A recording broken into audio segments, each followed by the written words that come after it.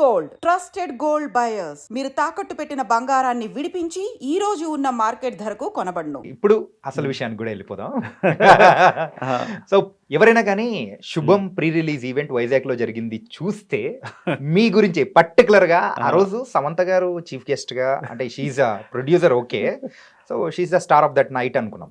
కానీ సడన్ గా star of the night మీరైపోయారేంటి భయ్యా? మీరు ఇచ్చిన 8 minutes 40 seconds స్పీచ్ దద్దరిల్లిపోయేటట్టు ఇచ్చారు. ఏంటి సంగతి? అంటే మా ఊర్లో ఇచ్చాను కాబట్టి, లైక్ మా ఫస్ట్ సినిమా, ఎవరికైనా ఫస్ట్ థియేట్రికల్ సినిమా.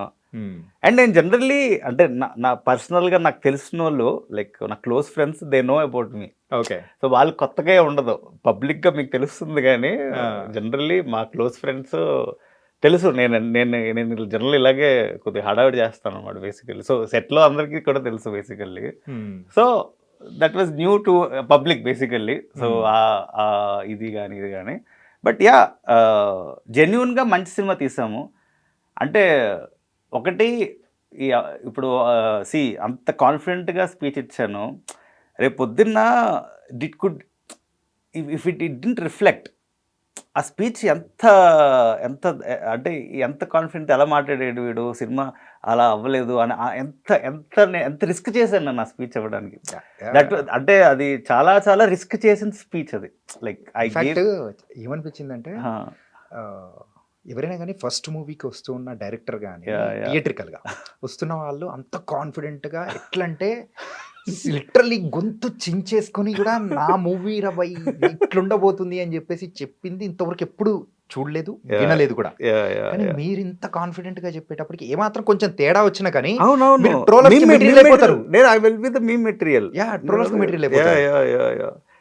అందుకే నాకు సినిమా మీద నమ్మకం ఉంది. సో జెన్యూన్లీ సినిమా చూసాక, అంటే సినిమా మిక్సింగ్ థియేటర్లో చూస్తాము, అందరూ సెట్లో ఎంజాయ్ చేస్తున్నాము, మిక్సింగ్ థియేటర్లో ఎంజాయ్ చేస్తున్నాము. నేను యాక్చువల్లీ సినిమా చూపిస్తా. అసలు నేను నాట్ ఏ పర్సన్ హూ ఇదేదో నేనే చూస్తాను సినిమా చూపించాను. మా క్లోజ్ ఫ్రెండ్స్కి చూపించాను, ఒక ఇంట్లో గ్యాదరింగ్లో చూపించాను. Everybody are enjoying. ఆ కాన్ఫిడెంటే నాకు ఉంది. ఓకే, అంటే మనం ఒక బబుల్లో ఉంటాం జనరల్లీ.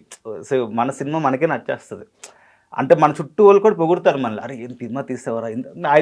నేను అసలు ఆ బబుల్లో ఉండను. I criticize a lot. అంటే నేను నా సినిమాని ఇది ఎవరిదో సినిమా లాగే చూస్తా. ఒకసారి సినిమా అయిపోయాక it's not my film. So Shubham నేను వేరే ఆడియన్లా చూసినప్పుడు I really enjoyed the film. నేను యాజ్ అన్ ఆడియన్గా చూసినప్పుడు కూడా I would react the same way. So అంత కాన్ఫిడెన్స్ వచ్చింది సినిమా మీద బేసికల్లీ. ఓకే, అందుకే ఇట్ వాజ్. మీరు ప్రతి ఒక్కరికి థ్యాంక్స్ చెప్పడం కానీ, ఇంకొకటి మెయిన్ గా రైటర్ గురించి మాట్లాడారు. రియల్లీ ప్రతి ఒక్కరు అనుకుంటుంది అదే, రైటర్ లేకపోతే సినిమా అనేది లేదు, ఇండస్ట్రీ అనేది లేదు అని మీరు నొక్కి మరీ చెప్పారు. Really we liked it a lot. Thank you so much. So ఏంటి ఆ రైటర్ కనెక్షన్ కానీ ఎందుకు అంత గట్టిగా చెప్పాల్సి వచ్చింది? అంతే అంటే రైటర్కి క్రెడిట్ ఎక్కువ. అంటే మన ఇండస్ట్రీలో జనరల్గా writer should get the credit. Writer చాలా ఇంపార్టెంట్, రైటర్కి క్రెడిట్ ఇవ్వడం ఒక సినిమాకి. బికాజ్ సినిమా రైటింగ్ మీద చాలా డిపెండ్ అయి ఉంటుంది, ఏ ఫిల్మ్ అయినా బేసికలీ. ఎనీ ఫిల్మ్ రైటింగ్ అనేది చాలా చాలా ఇంపార్టెంట్.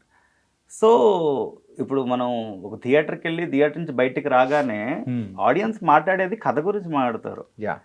వాళ్ళేమి అదే ఆ ఫ్రేమ్ ఇది పెట్టారు, ఎంత ఖర్చు పెట్టు నువ్వు సినిమా, ఒక పెద్ద 1000 కోట్ల సినిమా తీయు, పెద్ద సెట్లు పెట్టు, హడావిడి చేయి, ఎంత చేసినా ఆడియన్స్ మాట్లాడేది ఒక రూమ్లో కూర్చొని రైటింగ్ మీద రైటింగ్ గురించే మాట్లాడతారు.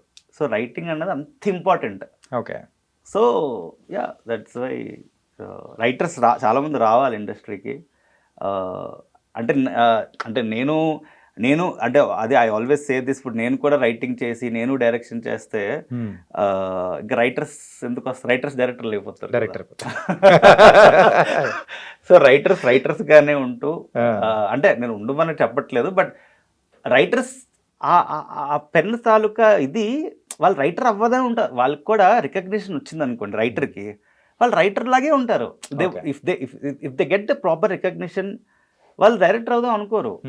So everybody wants to be writer. అంటే చాలా మంది రైటర్స్ ఉన్నారు ఇండస్ట్రీలో who want to be writer. ఆ క్రెడిట్ రావాలి అని బేసికలీ. ఓకే, కానీ ఆ క్రెడిట్ అయితే మీరు మాత్రం అక్కడ గట్టిగా ప్రవీణ్ గారి తరపు నుంచి కూడా వసంత్ గారికి ఇచ్చారు. యా లైక్ దట్, ఎందుకంటే ఆ ఫ్రెండ్షిప్ అనేది కూడా మీ ఇద్దరి మధ్యలో ఉంది. అవునవును, సినిమా బండి నుంచి మేము ట్రావెల్ అవుతున్నాము. సో వి బోత్ ఆ బాండింగ్ ఉంది మా ఇద్దరు మధ్యన.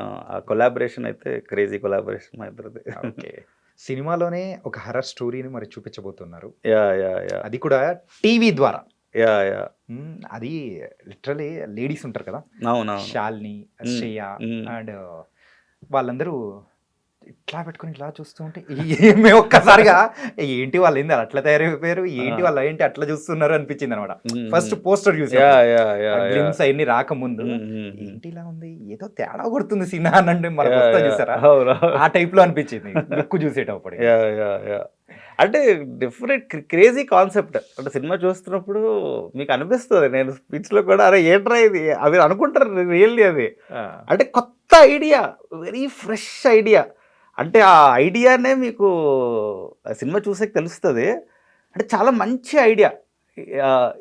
కొన్ని సినిమాలు ఉంటాయి, ఇప్పుడు మీకు ఇప్పుడే స్టార్ట్ అయింది కదా శుభం, ఈరోజే రిలీజ్ అవుతుంది.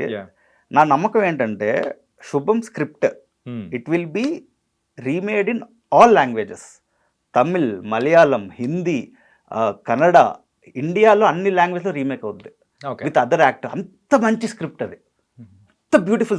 దృశ్యం సినిమా ఎలా రీమేక్ అయింది, లేకపోతే కొన్ని సినిమాలు ఉంటాయి లైక్ అన్ని లాంగ్వేజ్ చక్కని రీమేక్ అయిపోద్ది.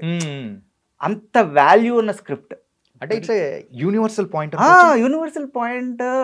నువ్వు ఒక ఆడవాళ్ళ సీరియల్ని దెయ్యం ఒక లోకల్ ఫ్లేవర్ కనెక్ట్ చేసావు.